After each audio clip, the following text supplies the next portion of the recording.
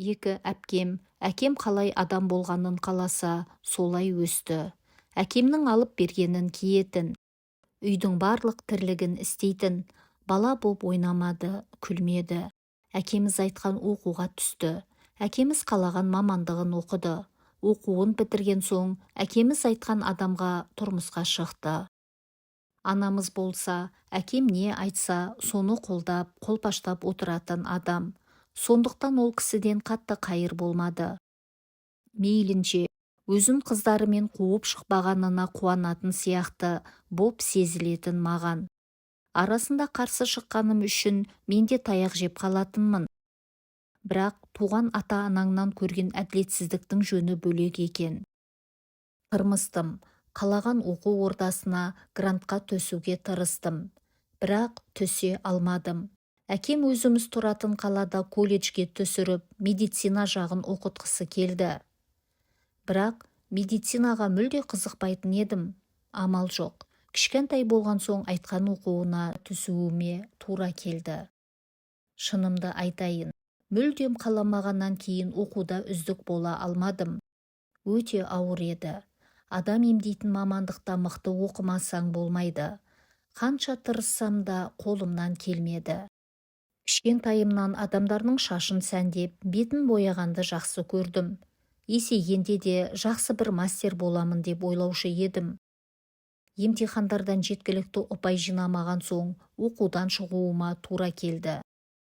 Мүмкін сөйлесіп тағы бір мүмкіндік алуыма болатын еді, бірақ олай болмады. Әкем қайтадан оқытқысы келсе де бармадым. Үйде біраз уақыт жатып, әкемнің миымды жей бергенінен шаршап кетіп қалғым келді. Анамның сіңілісінің жанына баруға бел будым. Үйдегілер басында жібермей, қолынан келгенін жасап бақты. Бірақ мен бір ойға алғанымды істеу үшін қанша таяқ жеп, ұрыс естісем де айтқанымды орындап кеттім. Нағашы әпкем сұлулық салонында жұмыс жасайтын. Жанына көмекші боп орналастым. Жаным қалаған жұмыс болғаннан шығар. Бұл салада тез өстім десем болады.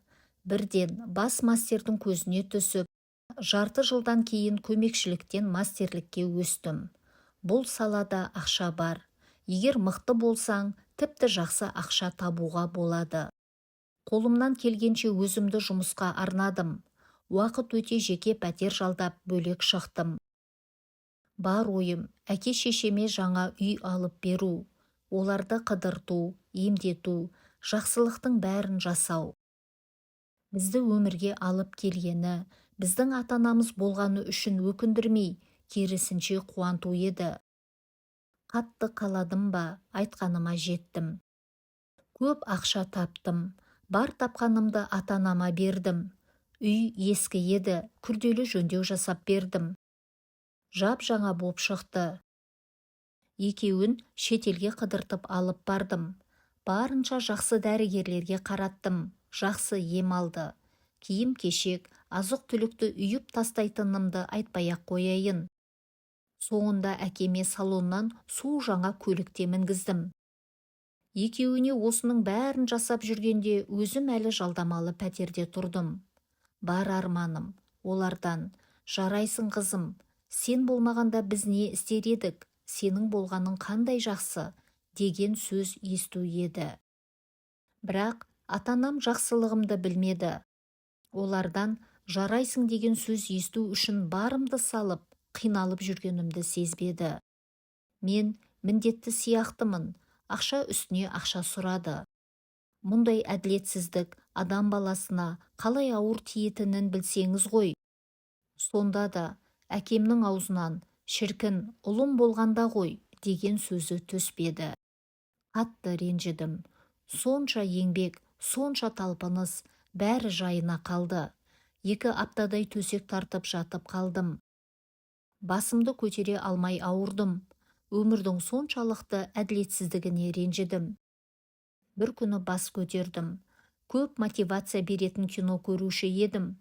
Енді өзім үшін өмір сүргім келді. Өз жағдайымды жасасам дедім. Содан кейін оларға ақша беруді де, көмектесуді де қойдым. Барынша білімімді жетілдіріп, көп ақша табуға тырыстым. Және солай жасадым да. Тағы бірнеше жылдан соң өзім үй алдым, көлік алдым.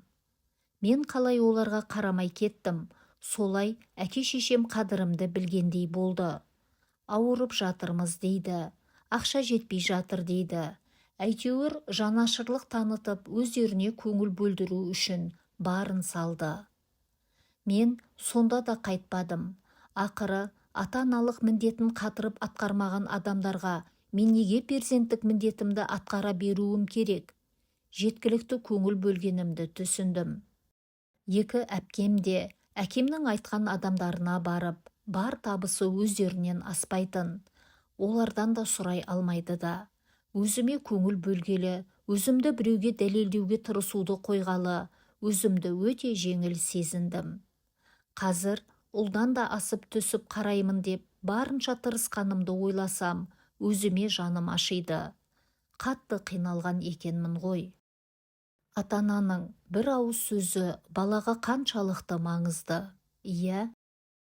Сол бір ауыз сөзді көп көріп, айтпайтын адамдар да болады екен.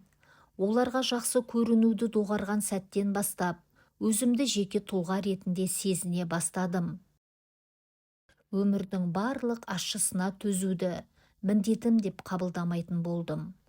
Тынысым ашылғандай күй кештім. Қыздар, біреуге ұнау үшін өмір сүрмейік. Мейлі, ол сенің атанаң болса да. Егер ол адам біздің қадірімізді білмесе, тіпті өзімізді қинамайық. Бұдан зардап шегетін тек өзіміз ғана екенін ұмытпайық.